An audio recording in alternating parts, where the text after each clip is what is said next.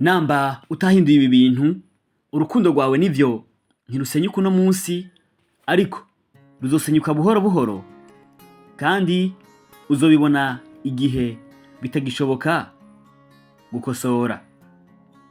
Reka nkubwire ukuri abantu benshi bamenya batevye bakicuza. Tumaze igihe kitari gito tuva ku rukundo, ku buzima bw'abubakanye no ku bantu bimirije kurushinga. Ni ikintu gikomeye cyane ata muntu n'umwe akwiye kucirengagiza. Twavuze ku bibazo bito bishobora gusambura urugo. Twavuze ku bimenyetso by'urugo ruri mu kaga. Twavuze no ku kuntu umuntu ashobora gusubira kubaka urugo rwiwe. Ariko uyu munsi si inyigisho shasha ngiye kubaha, n'umwanzuro. Ndabaramukije amahoro y'Imana, inshuti bakundwa ba Femi TV. Uno munsi ndashaka ko dufata akanya tugasubiza amaso inyuma, tukibaza ikibazo kimwe gikomeye. Mbega ivyo twize byahinduye iki mu buzima bwanje, mu rukundo rwanje, mu rugo rwanje? Kuko kumenya sico kintu gihambaye gihindura ubuzima, ahubwo ni gushira mu ngiro ivyo wamenye. Reka twibukanye ivy'ingenzi twize muri izi podcast zitanu ziheruka. Nuko urukundo atari amajambo gusa. Hari abantu benshi bavuga ngo ndagukunda, uri uw'agaciro kuri jewe, ariko ibikorwa vyabo ntibihure n'ivyo bavuga. Urukundo nyago rugaragarira mu bintu bito bito vya buri munsi. Uko uvugana no mwubakanye, umukunzi wawe, uko umwubaha, uko umwitaho. Ijambo ry'Imana muri Bibiliya, Yohana wa mbere 3:18 riravuga riti: ntitugakunde mu majambo gusa, ariko dukunde mu bikorwa no mu kuri. Iri ni ijambo ry'Imana. Mbega wewe urukundo rwawe rugaragarira mu bikorwa canke ni mu majambo gusa? Ica kabiri nuko urugo rusambuka buhoro buhoro. Twarabonye ko urugo rudasambuka umunsi umwe. Bitangura mu guceceka, ntihaba hakiri kuvugana. Bitangura mu bintu bito bito musuzugura. Bitangura mu kutitaho ibintu vy'inkoramutima. Abantu benshi ntibabibona kare canke baravyirengagiza, ariko ukuri nuko ibintu bito bito iyo bititaweho bihinduka binini, birakura, bihagera aho bitandukanya abubakanye, abakundanye. Ica gatatu nuko communication ari urupfunguruzo. Abantu benshi ntibatandukanye kubera kudakundana, oya, batandukanye kubera kutumvikana.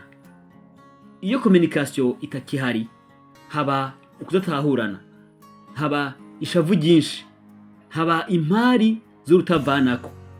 Ijambo ry'Imana rivuga mu Banyefeso 4:25 ngo muvugane ukuri umwe n'uwundi. Ukuri ni ikintu gikomeye cyane mu rukundo. Iyo mutavugana mu kuri, mutangura kubaho ubuzima bubiri mu nzu imwe. Ivyo bikazana icuka kibi hagati y'abubakanye. Ica kane nuko ubwibone ari umwansi w'urugo. Nta rugo rushobora kubaho neza aho buri wese ashaka kuba ari wari mu kuri gusa. Ubwibone butuma utemera amakosa, butuma utosaba imbabazi, butuma udatahura uwo mwubakanye cyangwa mukundana. Ijambo ry'Imana riri muri Yakobo 4:6 riravuga riti: Imana igwanya abibone, ariko abicisha bugufi ibaha ubuntu. Rimwe na rimwe gukiza urugo bisaba guca bugufi, si gutsinda impari. Ica gatanu nuko Imana ari fondation. Ikintu gikomeye twize ni iki: urugo rudafise Imana hagati ruba ruri mu kaga, ko gusenyuka. Ijambo ryo muri Bibiliya riri mu Bikorinto ba mbere 13 turarizi, aho havuga ko urukundo wihangana, urukundo rugira neza, urukundo ntigwibona, ntirondera ibyago n'ibindi n'ibindi.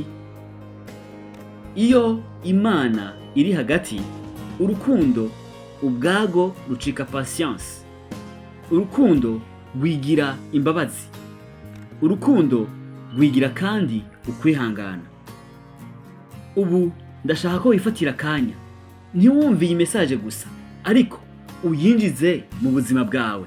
Hari ibibazo bikomeye ukwiye kwibaza mu kwiyevariwa, navyo ni ibi, reka tubirabire hamwe. Icambere, mbega ndakunda by'ukuri cyangwa ndikunda gusa? Icya kabiri, mbega ndubaha uwo twubakanye cyangwa dukundanye no mu majambo yanje? Icya gatatu, mbega turavugana iby'umutima cyangwa tuvuga ibintu bisanzwe gusa? Icya kane ni mbega Imana iri hagati y'urwo rwacu cyangwa turiyobora twebwe ubwacu? Nimba hari icyo wiyumvamo, ntuceceke. Si igihe cyo kwiheba, ni igihe cyo guhinduka. Ndashaka kandi kumenya, wewe wakurikiye izi nyigisho zose, ni ikihe wize gishasha? Ni iki wahinduye? Ni iki kikugoye ariko ushaka guhindura?